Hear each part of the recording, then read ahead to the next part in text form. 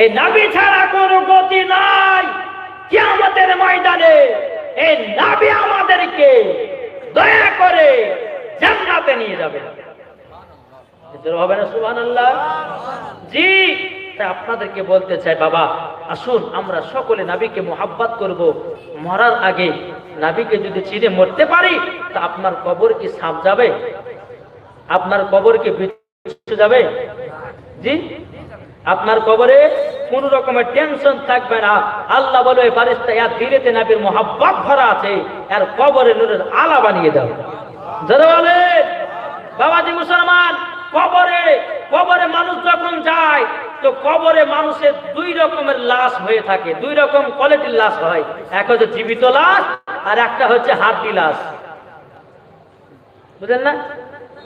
জীবিত লাশ কারা? যারা নবীর মুহাব্বত থাকবে দিলে, ওলির মুহাব্বত থাকবে দিলে, নবীর সুন্নাত থাকবে দিলে, পবিত্র কোরআন তেলাওয়াত থাকবে যার দিলে, তার শরীরকে পোকাতে স্পষ্ট করবে না, সাপও খাবে না, বিচ্ছুও খাবে না।